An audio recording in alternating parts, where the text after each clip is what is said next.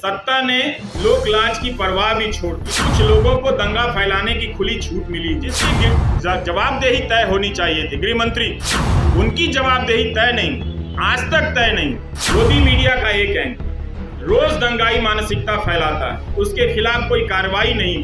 हमारे तमाम न्यूज चैनलों के एंकरों ने बुलंदशहर के मामले में क्या हाल किया, आप सभी ने देखा। ये तो गनीमत है कि वहाँ की पुलिस डिपार्टमेंट को ये बात समझ में आ गई कि कुछ खतरनाक चीजें हैं। वो अपराधी पकड़े गए और उनके धर्म का नाम का धर्म कुछ और निकल आया। नहीं तो पता नहीं वो एंकर उस घटना के बहाने समाज में कितनी जहर और कितना आग फैला दिया हो। एंकरों को कुछ नहीं होता जो दिन रात दंगा फैलाते, दिन रात अनाप शनाप दूसरे समुदाय के बारे में कहते। गोली मारने के जो नारे लगा रहे थे, उनका मंत्रिमंडल में प्रमोशन हो जाता है। अच्छी बात है कि प्रेस क्लब है जहां पर आकर लोग अपनी आवाज उठा सकते हैं। 1000 दिन से उमर खालिद जेल में हैं। 1000 दिन हो गए, ना तो ट्रायल शुरू हुई न जमानत में।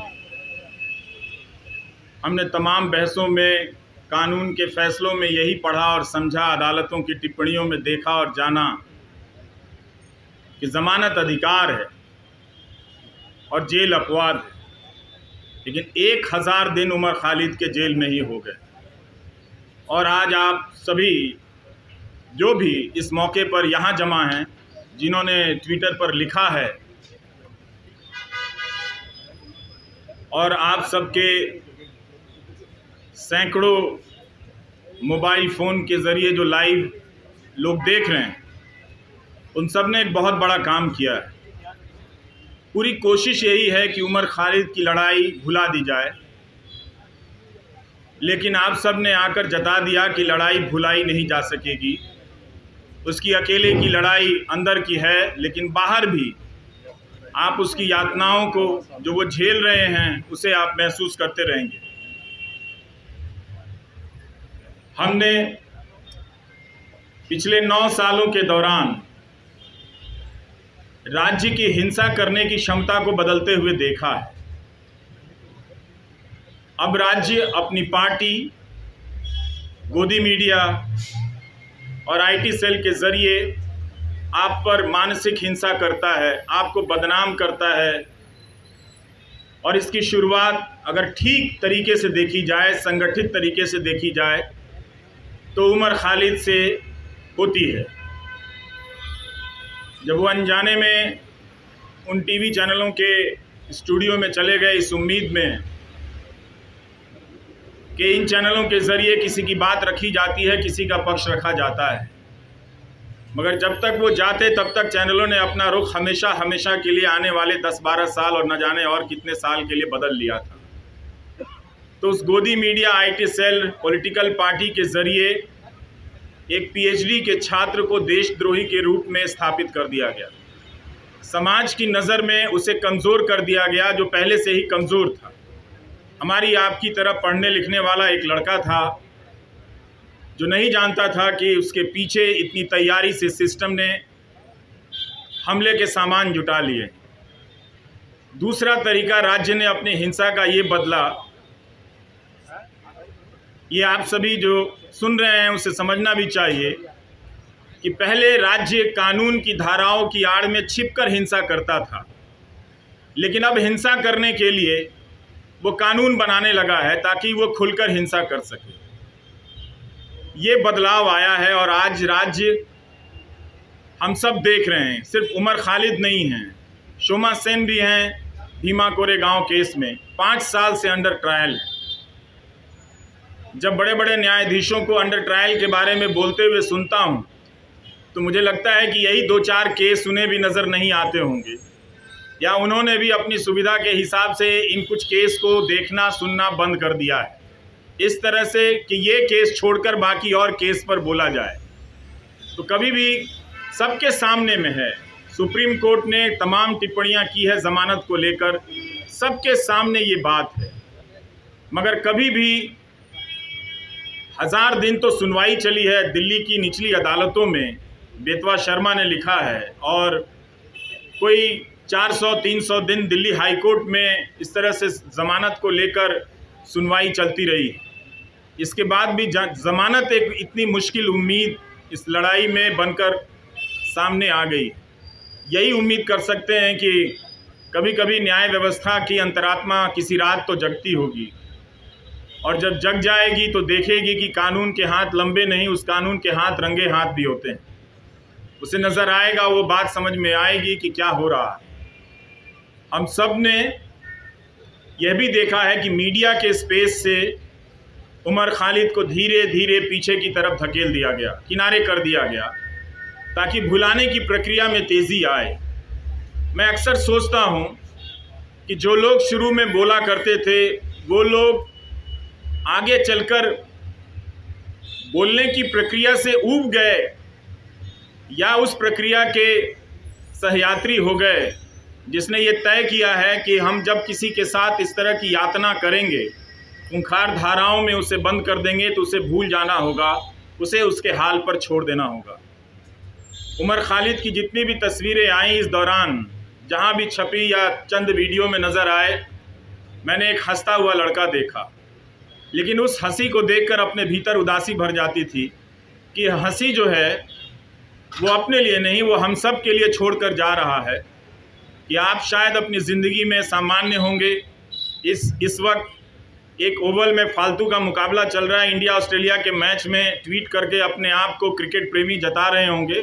जता सकते हैं, बिल्कुल अपनी ज़िंदगी जी सकते हैं, और ज़िंदगी को उसी रोशनी और संगीत के साथ जी सकते हैं।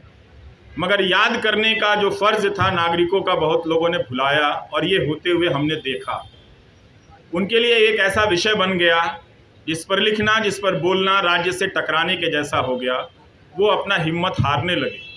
लेकिन यहाँ आकर यही लगा कि शायद मैं उन 2-4 लोगों की परवाह कर रहा था। आप हज़ार लोगों को, सैकड़ों लोगों को नहीं देख रहा था जो आप राज्य से लड़ रहे हैं। राज्य कई तरह के सेंसर लगा रहा है, लेकिन फिर भी आप बातों को पहुंचाने के लिए अपने कैमरे हाथ में थाम कर उठाकर खड़े हैं। ये बहुत बड़ी बात है। मैं याद करना चाहता हूं उमर के साथ आज बेतवा शर्मा को भी, जिन्होंने दिल्ली दंगों के मामले में शानदार रिपोर्टिंग की, आज भी की है बेतवा ने, और पहले भी सफूरा के मामले में उन्होंने शानदार रिपोर्टिंग की, और जिसकी वजह से लोगों ने जाना कि नताशा नरवाल, देवांगना कालिता, इन सब के साथ क्या हो रहा है। इन्हें ज़मानत मिली, लेकिन उमर खालिद को ज़मानत नहीं मिली। हम इस केस के बारे में जिस तरह से आज बेतवा ने लिखा है कि दिल्ली पुलिस की गवाहियों में, उसकी दलीलों में कितने अंतर पाए गए हैं, ये सब डॉक्यूमेंटेड है। और आप सभी को पढ़ना चाहिए कि एक पत्रकार ने, और पत्रकारिता सीखने के लिए भी पढ़ना चाहिए कि अपनी उस बात को कहने के लिए बेतवा शर्मा और उनकी टीम ने कितने हज़ार पन्नों के दस्तावेज़ों को पलटा होगा, और उनके वकीलों ने जो उमर के साथ लड़ रहे हैं, उन लोगों ने कितनी कानून की किताबों को पलटा होगा कि इंसाफ और ज़मानत तक के दरवाजे तक उमर खालिद को ले जाएं। मगर लगता है कि वो दरवाज़ा, उस दरवाजे तक पहुंचने का रास्ता बहुत लंबा कर दिया जा रहा है, या शायद उमर खालिद के लिए ही बहुत लंबा है, या शोमा सेन के लिए बहुत लंबा है, स्टेन स्वामी के लिए तो वो दरवाज़ा कभी उस दरवाजे तक पहुंच ही नहीं पाए, इस दुनिया से चले गए। और भीमा कोरेगांव केस में क्या हो रहा है ये सब हम सब देख रहे हैं। नेहा मसीह ने कितनी बार इन सब चीज़ों को याद करने की ज़रूरत है। वॉशिंगटन पोस्ट के ज़रिए रिपोर्ट की कि भीमा कोरेगांव केस में लोगों के कंप्यूटर में फर्जी फाइलें डाल दी गईं, जिससे उन्हें प्रधानमंत्री की हत्या की कथित साजिश के आरोप में आरोपी बनाया जा सके, और लोग इन धाराओं में, इस मामले में कई महीनों से जेल में हैं। इसलिए उमर को याद करना, उमर के साथ साथ इन तमाम मामलों में बंद कर दिए गए लोगों को याद करना भी है।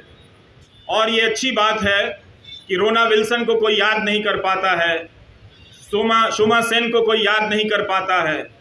वो कुछ बंदिशें लगी हैं, याद करने वालों ने अपने लिए कुछ कायदा चुन लिया है कि हम इन्हें याद करेंगे, इन्हें याद करने में ज़्यादा सुरक्षा है, इन्हें याद करने में ज़्यादा ख़तरा है, तो वो अपनी सुविधा के हिसाब से किसी को याद करते हैं, किसी को याद नहीं करते।